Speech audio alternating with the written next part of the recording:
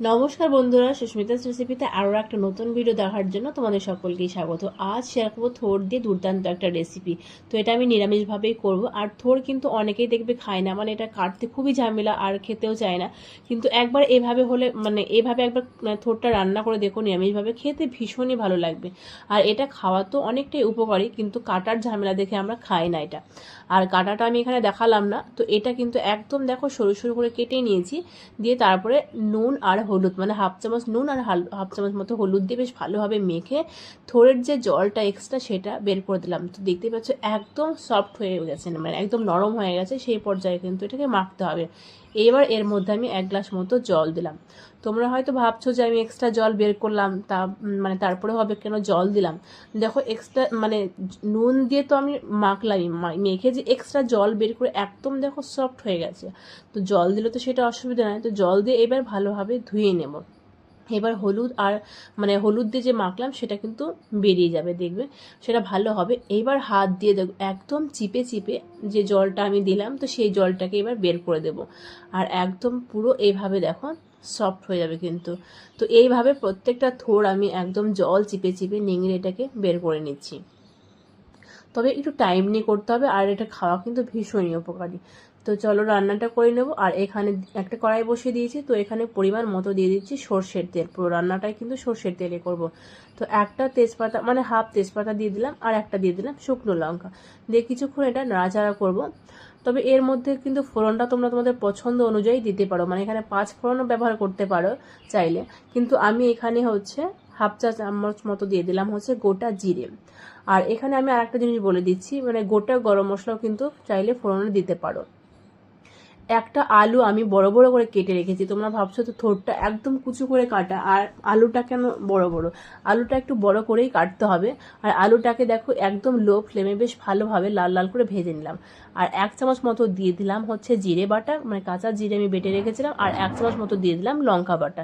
এবার বেশ ভালোভাবে যতক্ষণ আর কাঁচা গন্ধটা যাচ্ছে ততক্ষণ মশলাটাকে বেশ ভালোভাবে কষিয়ে নেব। মশলা যতক্ষণ কষানো হবে, মশলা কষাতে কষাতে কিন্তু আলুটা দেখবে অনেকটাই নরম হয়ে যাবে। সেই জন্য আলুটা আমি বড় বড় করে কেটেছি। এইবার দিয়ে দেবো হলুদ গুঁড়ো, আর হাফ চামচ মতো দিয়ে দিচ্ছি হলুদ গুঁড়ো। হলুদের পরিমাণটা খুব বেশি দেওয়া যাবে না, কেন কি প্রথমে হলুদ দিয়ে কিন্তু মেখে নিয়েছি। আর কালারের জন্য দিয়ে দিচ্ছি কাশ্মীরি লঙ্কা গুঁড়ো। এটা পুরোটাই অপশনাল, এটা না চাইলে কিন্তু নাও দিতে পারো। এবার মশলাটা আবারও বেশ ভালোভাবে একটু কষিয়ে নেব। বেশ ভালোভাবে কষিয়ে নেওয়ার পরে আমি আর একটা জিনিস বলে দিচ্ছি, এখানে তোমরা চাইলে একটু টমেটো অ্যাড করতে পারো, তবে আমি এখানে টমেটোটা দিলাম না।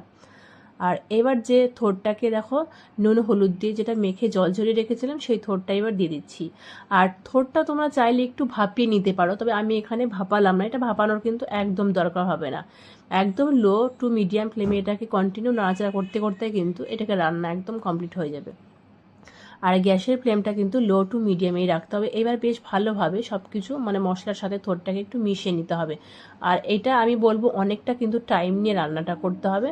আর গ্যাসের ফ্লেমটা কিন্তু হাই করে দিলে এটা পুড়ে যাবে, আর রান্নাটা কিন্তু একদম ভালো হবে না। তো এইবার দিয়ে দিলাম 1 চামচ মতো নুন। নুনটা কিন্তু খুব সাবধানে দিতে হবে। তো আমি এখানে প্রথমে 1 চামচ মতোই নুন দিলাম। নুনটা দিয়ে আবারও বেশ ভালোভাবে একটু মিশিয়ে নিতে হবে। নুনটা দিলে দেখবে অনেকটাই নরম হয়ে যাবে, এক্সট্রা যে আরও জল আছে সেটা কিন্তু বেরিয়ে যাবে।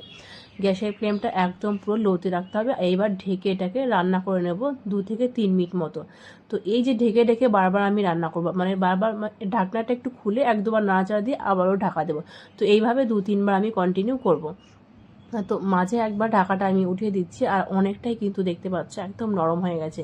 তো এক্সট্রা যে রসটা আছে সেটা কিন্তু আর ঢাকার একদমই দরকার হবে না, সেটা কিন্তু 1-2 মিনিট নাড়াচাড়া করলেই কিন্তু সেই রসটাকে টেনে নেবে।